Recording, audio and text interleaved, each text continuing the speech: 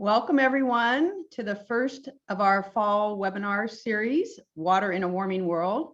Thank you all for joining us, and many thanks to our generous sponsors, Iron Horse Vineyards and Spotswood Estate Vineyard and Winery, for supporting this webinar series and for sharing Sustainable Conservation's vision of stewarding our most precious natural resources for all Californians. I'm Ashley Boren, CEO of Sustainable Conservation, and for those of you who don't know us, Sustainable Conservation is a nonprofit dedicated to helping California thrive by uniting people to solve the toughest challenges facing our land, air, and water. Every day, we bring together business, landowners, scientists, government, water agencies, nonprofits, and others to steward the resources that we all depend on in ways that are just and make economic sense. And we're honored to kick off this series with the chair of the California State Resources Water Quality Control Board, Joaquin Esquivel. Joaquin has served as chair of the Water Board since February 2019 and served on the board since 2017. He brings a wealth of experience on water issues to his role, having previously served as Assistant Secretary for Federal Water Policy for the California Natural Resources Agency in the Governor's Washington, D.C. office. He also worked on water issues along with many other issues important to California when he worked in U.S. Senator Barbara Boxer's office. Joaquin did not know that he would become a leader on water when he graduated from UC Santa Barbara as an English major. He thought he would become a teacher, but he was very cognizant of some of the serious water challenges California faced, having grown up in the Coachella Valley. The Coachella Valley, like the San Joaquin Valley, has unsafe and unreliable drinking water for poor and underserved communities. And it's also very near the Salton Sea, which has been an ongoing challenge. Sustainable Conservation met Joaquin when he joined the Water Board, and we've watched him work to advance many of the objectives that Sustainable Conservation and the Water Board share, objectives like accelerating restoration and sustainable groundwater management. So Joaquin, we're delighted to have you with us today to talk about how we prepare California for a sustainable water future in the face of climate change, including how do we prepare for next year, as it could be another year of drought, or as surprising as it may seem today, it could be a very heavy rainfall year. But first, let's see who we have participating in the webinar. We've got a few poll questions for you that we're going to put up. And there's three of them. The first is, where are you joining us from? So where in the state, so we can get a sense of geographic distribution. What best describes your area of work? And you can choose one. And then on a scale of 1 to 5, 5 being very knowledgeable, how would you rate your level of knowledge of California? And that scale is on 1 to 5. So I'll give you a few moments to fill that out. And as folks are filling that out, just thank you so much, Ashley. I really appreciate this venue. Can't thank you enough for inviting me, and look forward to our discussion. There's certainly a lot going out there, and appreciate everyone's interaction and attention today. Yeah. Thanks, Joaquin. Let me give it a couple more moments.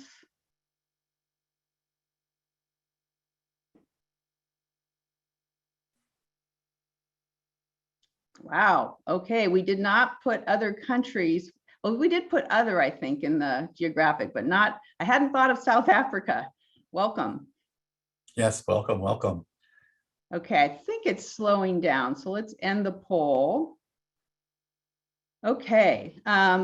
Well, let's look. So in addition to having someone from South Africa, we've got actually a pretty good distribution across the state, definitely quite a number of people from the Bay Area, but really from across the state, Central Coast, San Joaquin Valley, Sacramento, Northern California, and Southern California. And then also a pretty good distribution of, types of work people are involved in, from agriculture, government, quite a number from nonprofit, water agencies, philanthropy, academic, student, and business, and other. And then a good bell curve, like a perfect bell curve of a level of knowledge of California water. So from not a lot to, we've got a few experts among us, and then a bunch who I think are somewhat knowledgeable, and I think are joining today because they'd like to get more knowledgeable. So that's great. My best. So So that's great. So now the format for the rest of the hour together is going to be this. I'm going to start out by asking Joaquin a few questions, and then we'll open it up to everyone for questions. So you'll see down at the bottom of your screen a Q&A icon, and that's a great place to put your questions, and feel free to do that at any time. And then also know that this webinar is being recorded in case you missed something or you want to revisit or share it later. So Joaquin, we're going to start with some basics first to make sure everyone, has a common understanding of what the purpose and the role of the California Water Resources Control Board is. So can you just give a brief primer? Definitely. And just thanks again for everyone's time here today. Looking forward to the questions and the back and forth particularly. So I have the pleasure of serving as the chair of the State Water Resources Control Board. We're a 5-member board. We, along with our 9 regional water quality control boards, oversee water quality regulation in the state of California. There at the local level, it's permitting things like construction, other discharges, importantly, into our waterways. It's how we protect our water quality here in the state of California for the benefit of everyone. And there at the State Water Board and in water in California generally, we talk about beneficial uses and maximizing them. And protecting the quality of that water protects others' ability to use it for other things like recreation or ag or urban uses. So we balance that out. That as well is it is coupled with our administration of water rights in the state of California. In 50 years ago, prior even to the Clean Water Act, there's a piece of legislation in California known as Porter-Cologne Water Quality Act, and it united a water rights office that was created in 1914 with local pollution control boards and a state pollution control board, which was brought together in the 40s because there was just unmitigated and a lot of local disparity in control of discharges in the state. And so these programs, these 50-year programs that the board has been overseeing on the water quality and water rights side, married the two issues. The beauty and the innovation of California's regulatory structure around water was that you can't regulate quantity and quality separately, that they're part of the same discussion, that we need to integrate the way we see our water resources, and in many ways was ahead of its time, being the model for the Clean Water Act. And then about 5 years ago, the Division of Drinking Water, which was previously housed at the Department of Public Health, came to the Water Board. And so it completed what I truly feel what is this very modern approach, an integrated regulatory perspective around drinking water, around the regulation of water quality in our watersheds, the source water, as we say, of those systems, but then also administering water rights. So integrating that work, continuing to make sure that we look forward into the future and think, okay, what do these 50-year institutions look like? I think is so very important, but that's kind of the gist, if you will, of what the board is charged to currently do. I will add that we also have a division of financial assistance. So for all of that regulatory work and standard setting and work that we do with our water agencies, we also have a financial assistance office that has put out $6.3 billion in the last 5 years in drinking water, wastewater, stormwater capture, water recycling throughout the state, including Proposition 1 bond dollars, a bond that was passed in 2015 during the last drought, which means our ability to invest in as well, the source water protection, the viability of our drinking water systems and the interconnectivity therein, where we're even promoting water recycling, is a lot of the core work that the board is currently called to do. Yeah, that's really quite a breadth of activities and actually quite a few tools in the toolbox. And I appreciate the history lesson because I think people don't realize that California actually had basically a Clean Water Act of its own before the federal Clean Water Act was passed.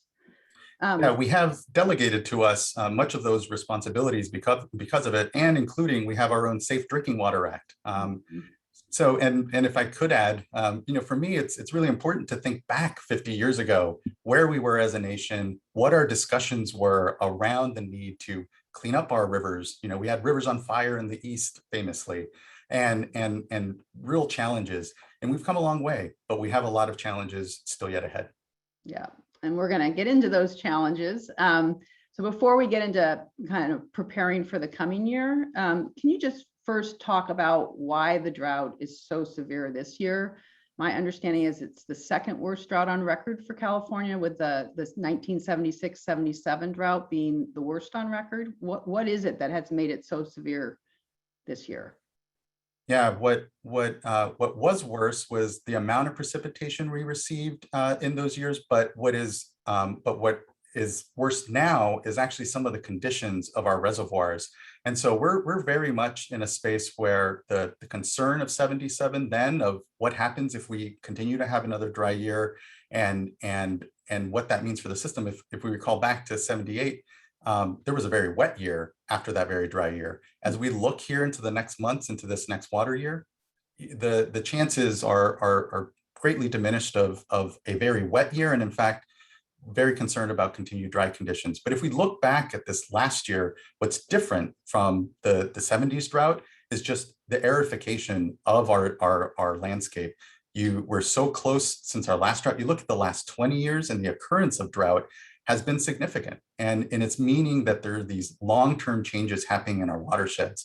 And this year was a banner year for really understanding that. Because in early April, I think if some of us will remember, our snowpack was at about 70% of average, which isn't amazing, but it isn't also dire.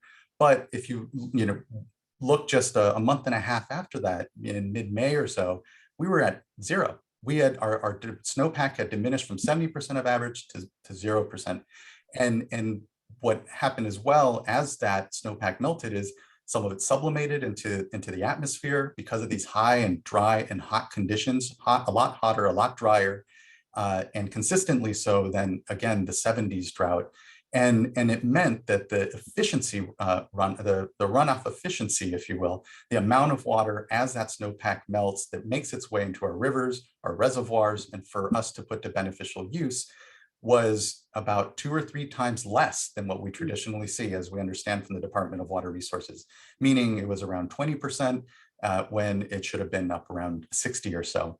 And so that has meant that the conditions of this drought, although you look and you can say precipitation wise, maybe a bit worse in 77, there are many ways in which we are further and deeper in a challenging space here in this drought because of climate change, because of these of what we know to be, look at wildfires and otherwise, this new climate we find ourselves in. It's here, it's a 21st century climate. And regrettably, our systems were built for a 20th century climate, and assumptions of how wet things will be, how our snowpack will interact, how deep droughts might get, were just not known. Yeah. So, given everything that we're experiencing this year with this, very severe drought you're describing, it's pretty frightening to think about the drought continuing into next year. I know the state board has already taken, the very unusual action of curtailing the water rights of people and entities who divert water from the Russian River and the Delta, the Scott and Shasta rivers, to ensure that we have some water in our reservoirs going into next year for supply and to help fish populations survive. Can you talk about those decisions and how the board and state are thinking about the coming year and how to prepare for that? Yeah, thank you. Just this week, on Tuesday, we had a board meeting. We've been having every 2 weeks, the Department of Water Resources and the Central Valley Project have been there at our board meetings, helping to fill in the hydrologic picture. What are operations looking like? How do we continue to do better in anticipating what are conditions, because of the fact, again, our models were just so off, and it created a lot of stress within our system that was hard to manage because of a lack of being able to plan for the reality of the conditions we found ourselves with. So just this Tuesday, then Director Namath from the Department of Water Resources and Ernest Conant, the regional director, gave us a preview into what we're anticipating for next year. And it's a range of scenarios. But on the very dry side, it means some pretty catastrophic things that we will have to do, digging deeper into contracts and cutbacks that we haven't seen ever historically.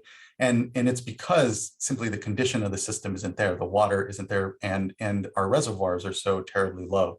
But it's about planning. And importantly, about local decision-making and supporting the many decisions that go on in drought, which the difference between successfully managing through drought and not is that local leadership and support around it. So, it was good to have the projects beginning to preview what are the range of scenarios that folks can be able to can start to plan and anticipate. And that means that and there are impacts to our managers of refuges and our ecosystems, along with agriculture and the urban sector as well, where 0% allocation on the State Water Project, which delivers a significant portion of drinking water to 25 million Californians, can have real impacts. And those water agencies need to, and I credit the director of the Department of Water Resources with already engaging in a 0% allocation modeling exercise, where the agencies have to say, okay, what does that mean now? Start to plan for it. What are the things that we need to then anticipate, whether it's agreements and sharing and, best, again, making good decisions and being decision makers at that local level. And it's a continuum from that to the state and federal. So we got a preview. It means there's a lot of planning that needs to be going on now so that we anticipate continued dry conditions. And if things, Mother Nature works with us, if we see some relief, that's going to be important to plan for as well. How do we continue to manage through this next water year collectively in a way that balances, importantly, the impacts to fish, wildlife, the urban sector, agriculture? All these things are very front of mind. Just as a follow-up on that, Joaquin, I know I was a little disappointed. I imagine others were as well when we saw, I think it was this week, the numbers come in of how much Californians had actually conserved individual, residences as a result of the voluntary call for conservation, which was 15%. And there were some places that were way above that are really in that, Marin County and Mendocino, that are in dire water situations. But other parts, there was barely any, and in some cases, even a slight increase. Was that part of the discussion in the last couple of days, and in the planning, how we can encourage more conservation? Definitely. What we also did at the board meeting was release those numbers from July. There's a bit of a lag because I think the July numbers weren't even reported to us until late August, but it's an important snapshot of where we were then, what was the activity that was going on, and importantly, to what extent folks were responding. The governor's call was in July 8th. So we know there's a bit of lag. I think what it can do, and I think it is making sure to refocus us on the conservation tool in this drought, even as we make sure that we are also looking at all the other tools out there as well, how we're administering water rights, how the projects are being operated, how sharing and cooperation is happening in the middle of very difficult circumstances. And I'll just say that you look at the response in the Russian River, you look at the way that Californians there have really responded to those, yes, dire and necessary local conditions, but seeing that response is important. And I think that it acknowledges that Californians know how to respond to drought. We know how to manage our way through it. But I think we have to continue to be very honest and serious about the conditions we're going to be facing next year if things remain dry. And there, it's again, all that local planning that can go on to anticipate those conditions and here a wake-up call a bit to not just rest on the conservation of previous droughts to really get us fully through this one. And and as you said, there's a lot of regional variation. And even within Southern California, you have some agencies that have responded and you see a response. And so, the statewide numbers, they're even regional numbers, they're important to point, okay, are we getting there? There's even in those regions a lot of variability. We're all acknowledge that there are some that have already dug very deep on a household level, don't have where else too much to go. And that's okay too. I think we see statewide, there's still a capacity and certainly a need. Yeah.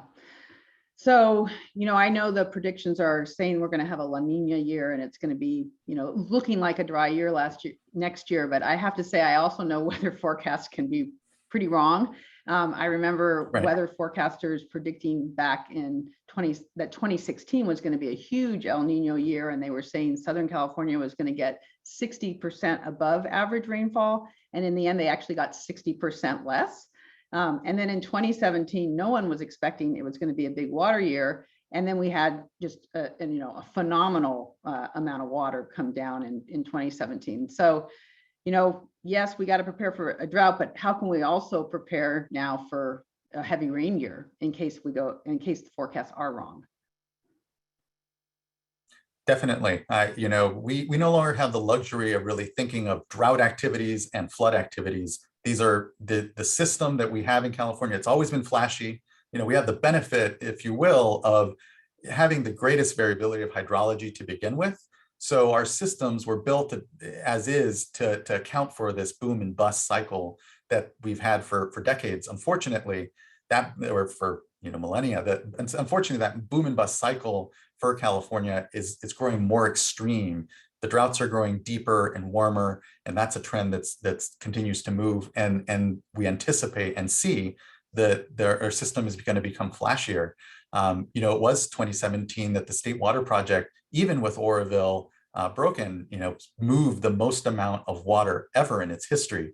And that just speaks to, again, how wet the system is. And when we encounter those moments, we have to be able to move the water around and move it in a way that complements this 21st century, I like to say and think, a 21st century approach to our water systems, where we disconnected so many of our landscapes, the floodplains and the way that they impact and recharge groundwater, all of it in ways that, again, we didn't understand as much about these systems or the hydrology that they would face when they were really built, but we do now.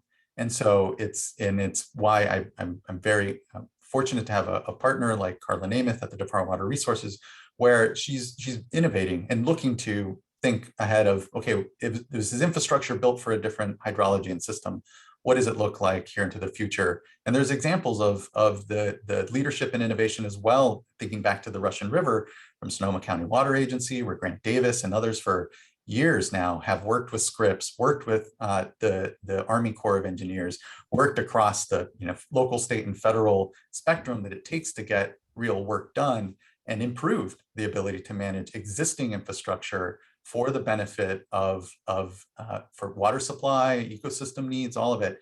And even just last year, we actually had a temporary urgency change petition for Lake Mendocino in the Russian River watershed, where we were implementing that information and in a way that we were relaxing some standards and helping them stretch their supplies, which greater forecast informed reservoir operations and leaning on those 21st century approaches can really start to provide us, because it is about how we're going to be using our existing infrastructure, even as we make generational reinvestments in the next generation's infrastructure, and those projects out there that will continue to build resiliency in the state.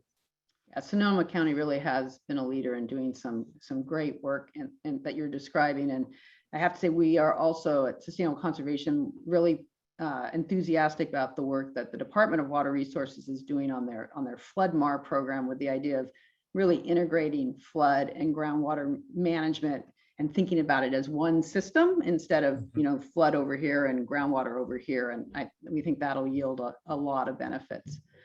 I was going to ask you, but you've sort of already answered the question. I was going to just ask you, with the increasing volatility, and I'm going to open it up to Q&A. So please put your questions, audience, in the Q&A, and I'll read them to Joaquin. But you don't know if you want to add any more to this, Joaquin, but you mentioned that we are getting more intense, increasing volatility in our water patterns in California, and it's really our reality. And we also have to be preparing for the increasing effects of climate change on our snowpack.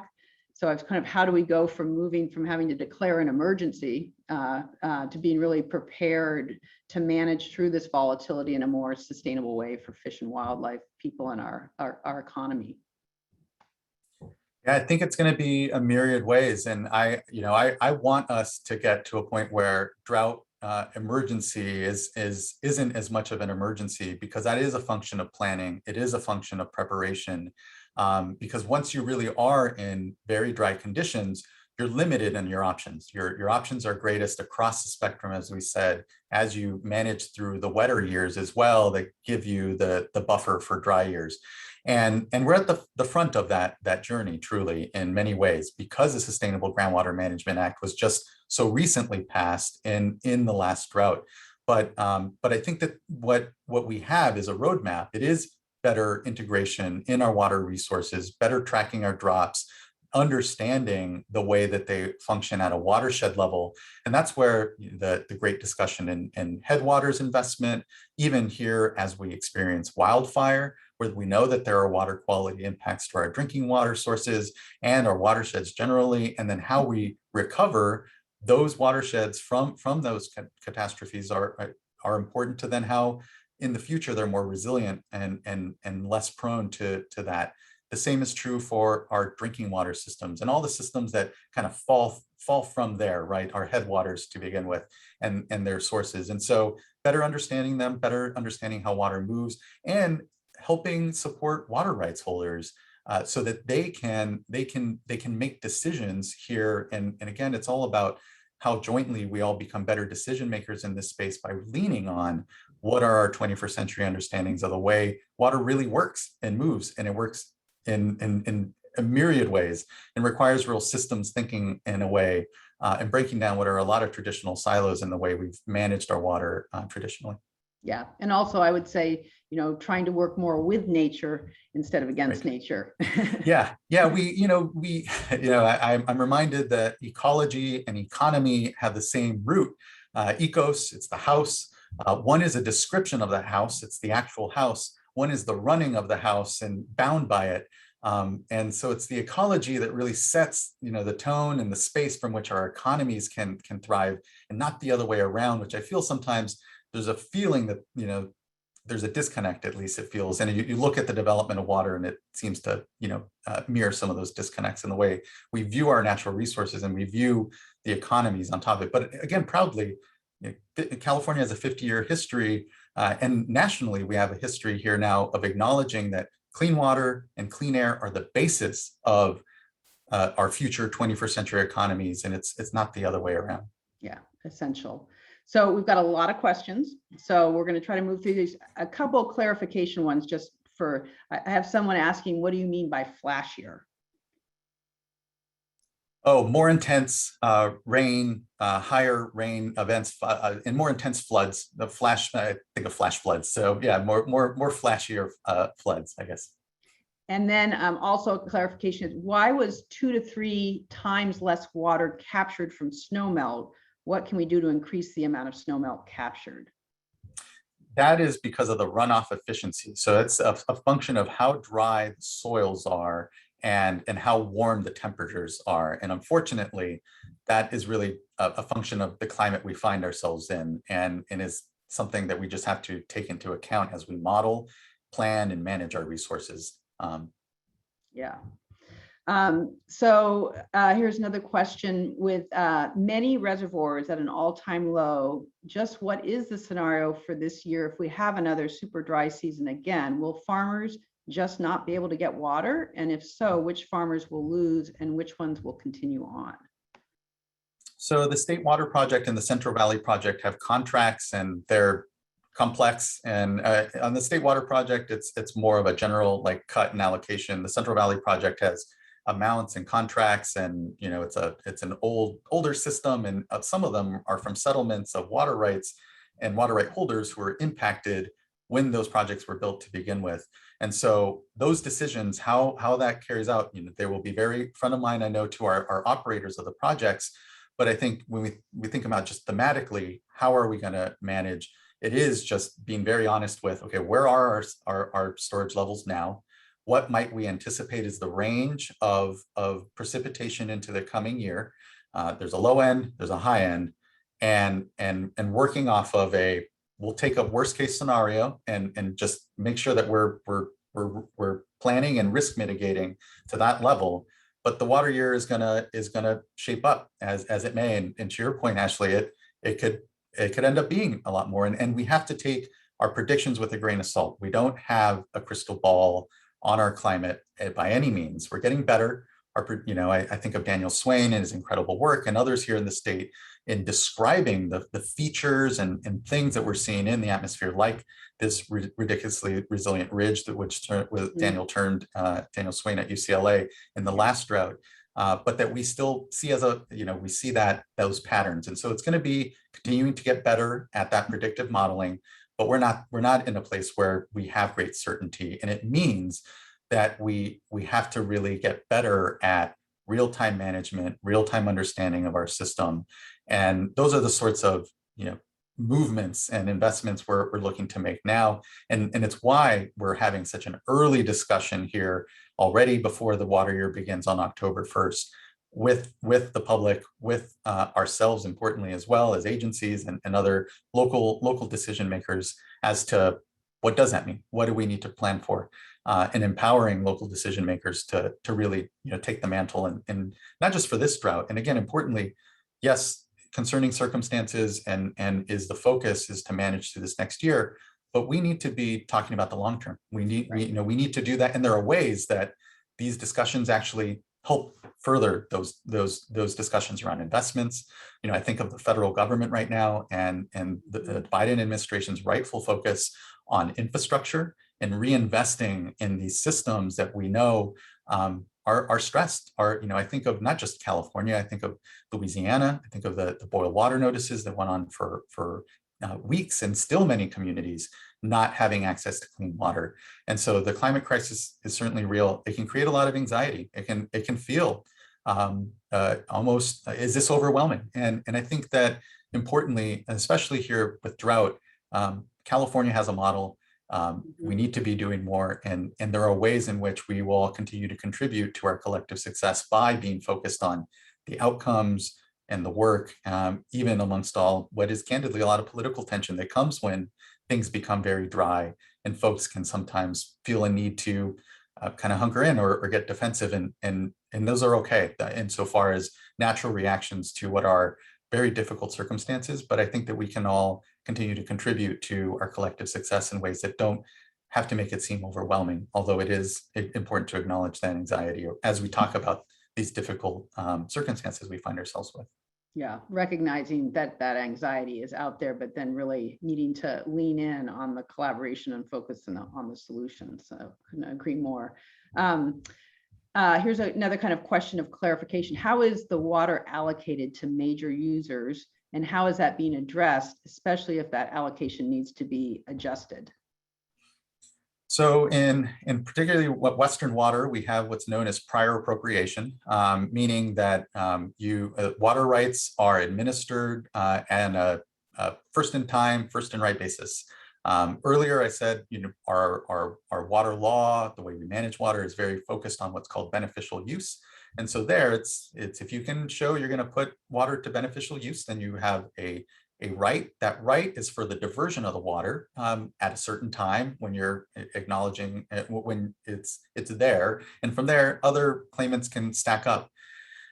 Here in the state of California, we also have riparian rights, meaning it's not just about that appropriative right that you can have. And that importantly means that you can take water if you have land directly next to a river, but only for the use of that water on your own land and what you can use to beneficial use there. It doesn't allow you to store that water. It doesn't allow you to sell that water like the appropriative system does, but it's another water rights system that is there. And many Western states actually don't have appropriative and riparian rights.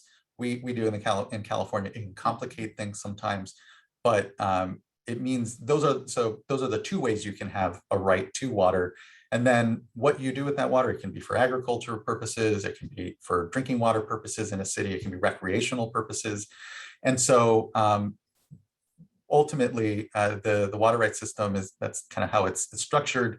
And then otherwise, it's a little self-administering. As Ashley said, it has been very rare that the board has actually curtailed rights, gone in and curtailed. You see curtailment sometimes more of a function regularly in other Western states for different reasons. The board has had somewhat of a light touch. And I think that what we find, and particularly during drought, we saw this in the last drought, is that we need more information.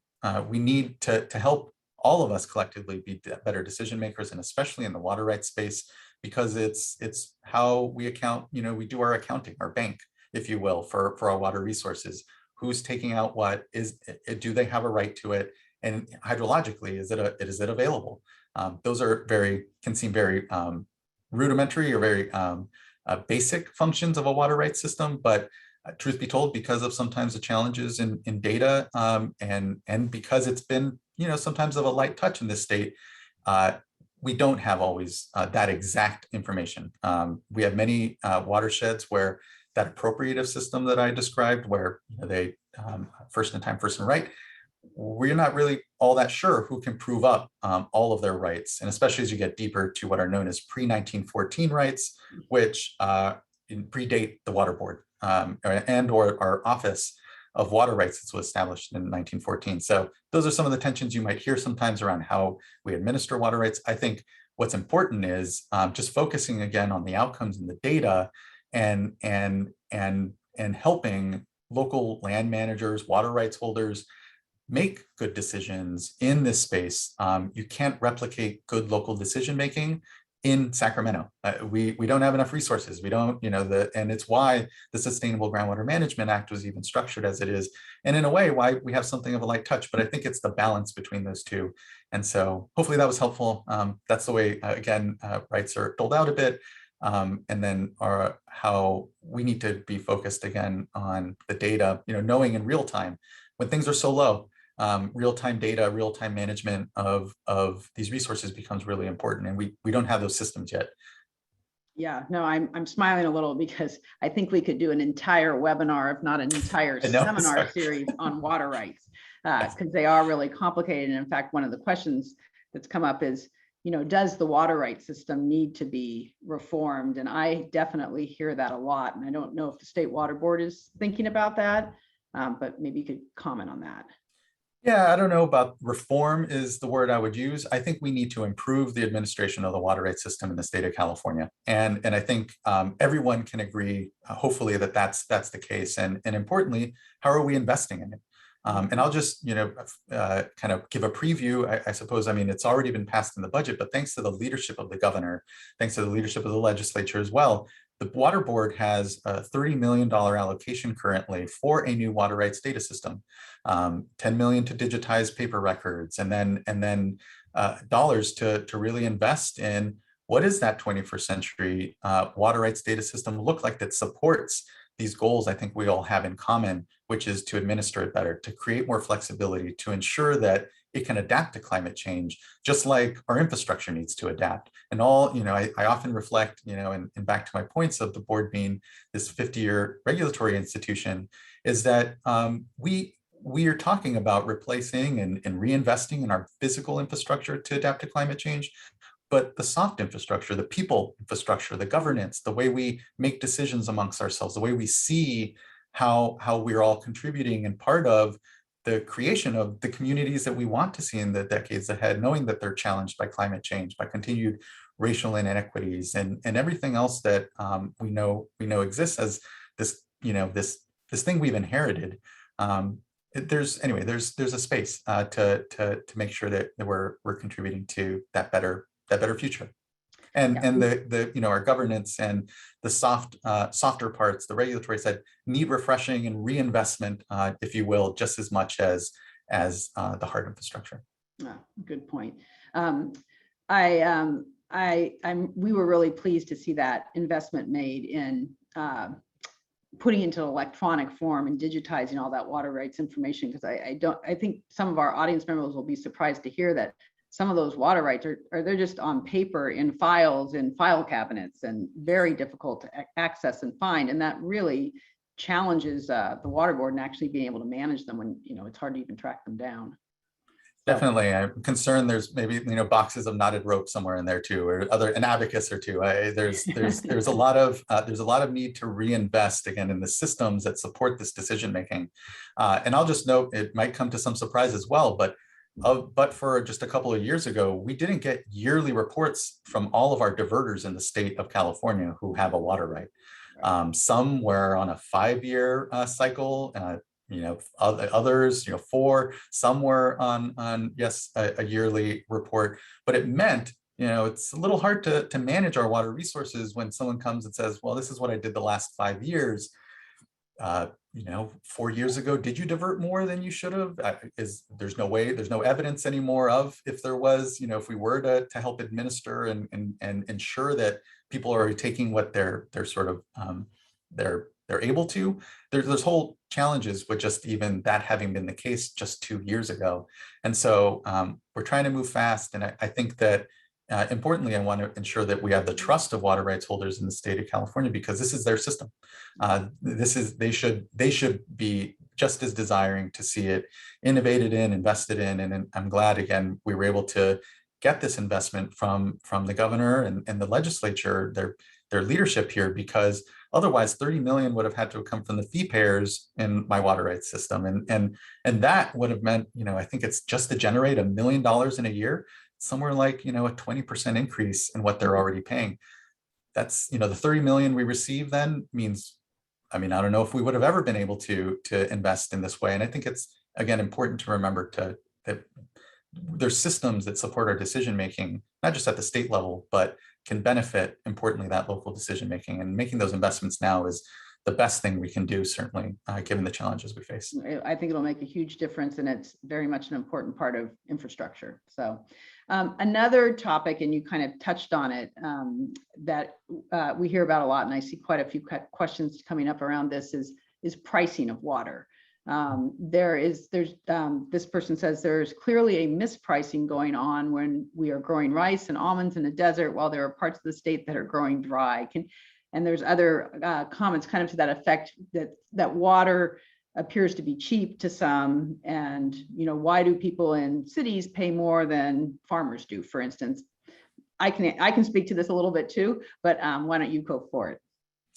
I think I appreciate the question, but I think it's important to remember that the cost of treatment really drives a lot of, and distribution and management, a lot of the urban costs, because we're drinking it, and it means the level of treatment for water and the distances it moves depending on the water agency. Again, it's hard to completely generalize. There's a lot of variability in our state, but it's what drives a lot of some of that. And importantly, it's water costs impact food costs. And I think that you look at the development of our systems, and there was a focus on subsidizing here at the federal level when projects were created, the cost to growers for because of the importance to food in our economy. So I think it's appropriate. Yes, there are perhaps pricing discussions. The board doesn't set prices on water across the state, but acknowledge that our policies and the work we do have impact to things like affordability in the urban sector, say in the way that we set maximum contaminant limits and those impacts.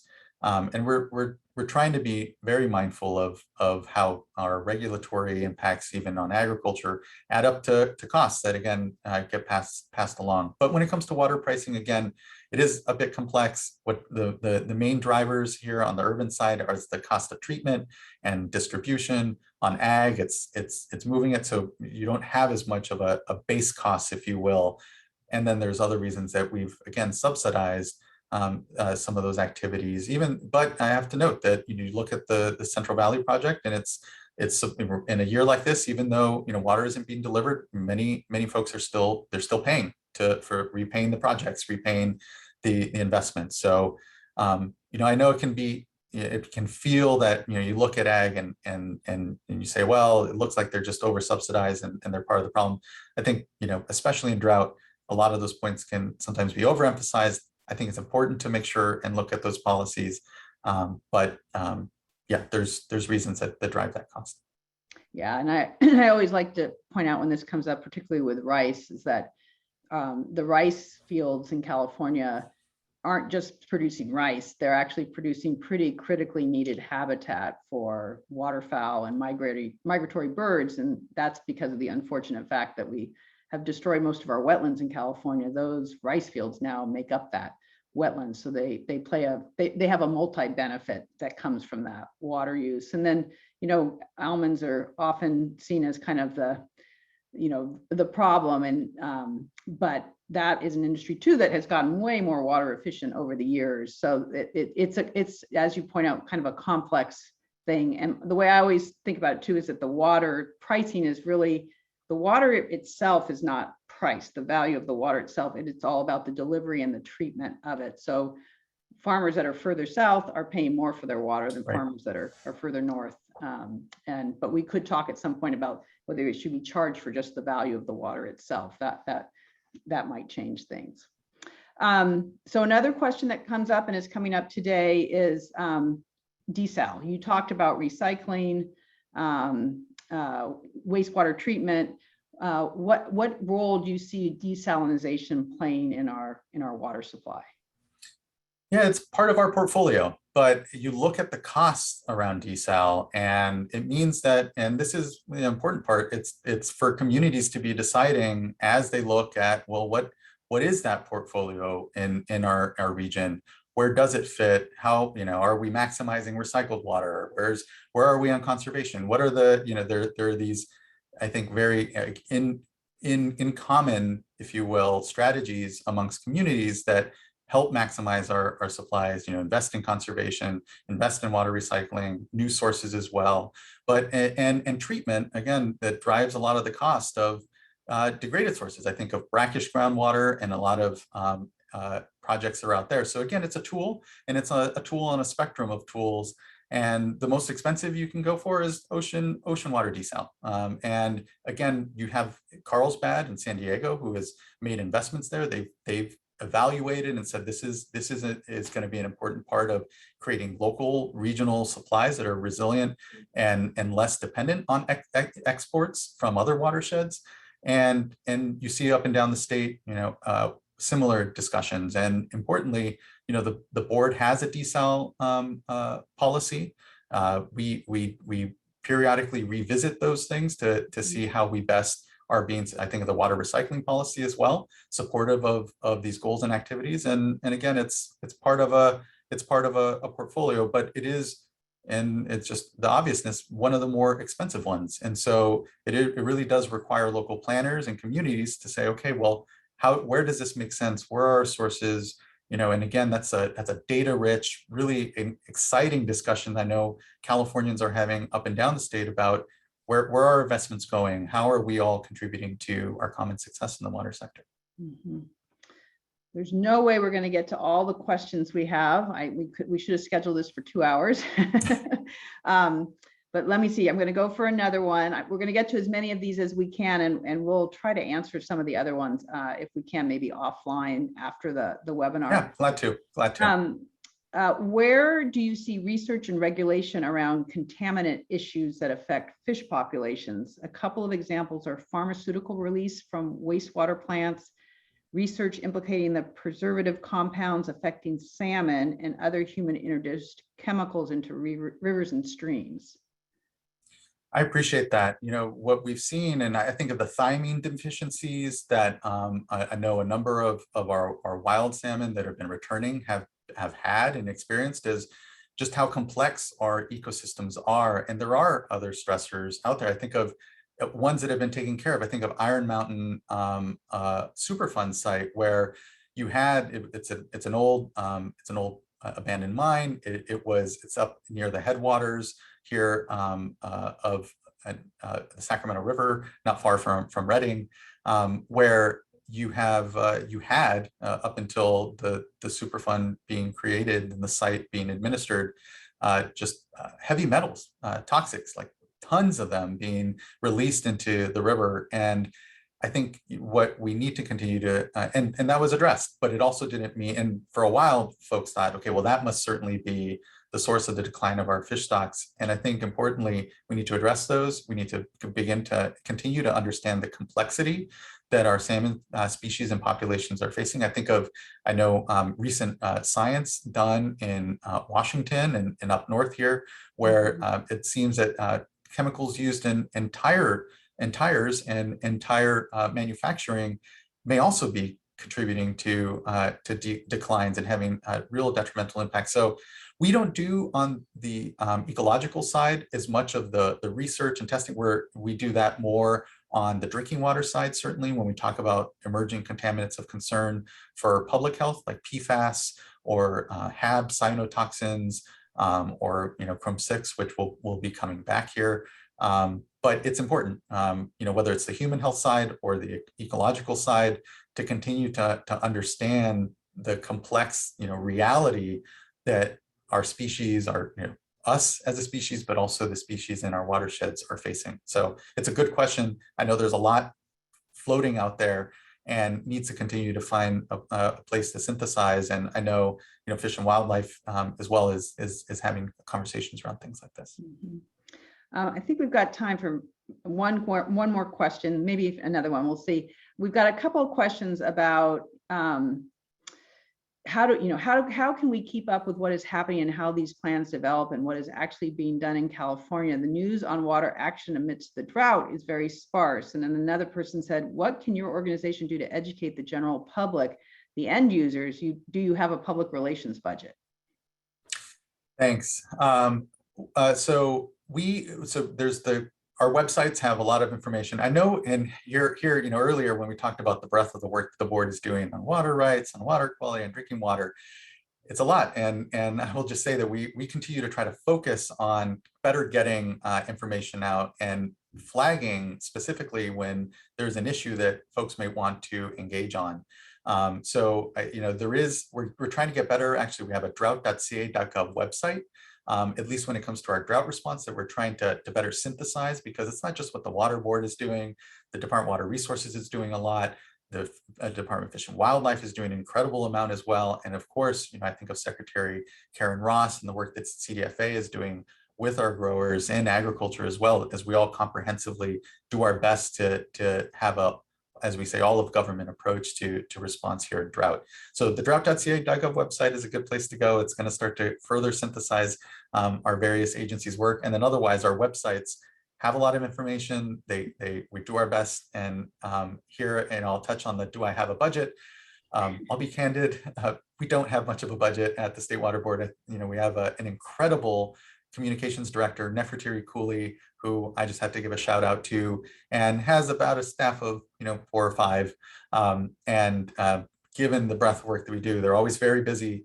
And importantly, though, we do now have an Office of Public Participation that is a deeper bench. And we continue, and I sit on the public seat at the board. So this is actually, can talk for a while. A big passion of mine is how do we continue to make sure we connect people to our decision making, understand the various role, where is it that's local decision making happening, what's the state's layer, and help, importantly, communities engage in that discussion, because that's how we are our best decision makers, when everyone is in these democratic institutions, part of our discussions, even if they don't agree with what I'm doing, and importantly so if they don't want to create that space here. And so we're trying to focus more on continuing to have those resources, get a new website. It's something we don't have a content management system on our website. So it's something I've been really focused on. We need that.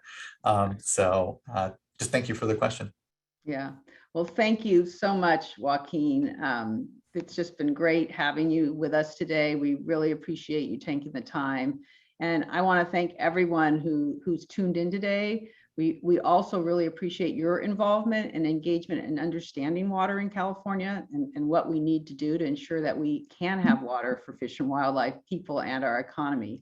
I want to just quickly mention our next 2 webinars in this series. Our next webinar will be a panel getting into more specifics about how California can prepare for the next heavy rain year. We'll talk about how to take advantage of lots of participation when it comes to recharge groundwater, restore habitat, and improve water quality. We've not set a date for that webinar yet, so sign up for our e-news if you have not already, or check on the website or social media.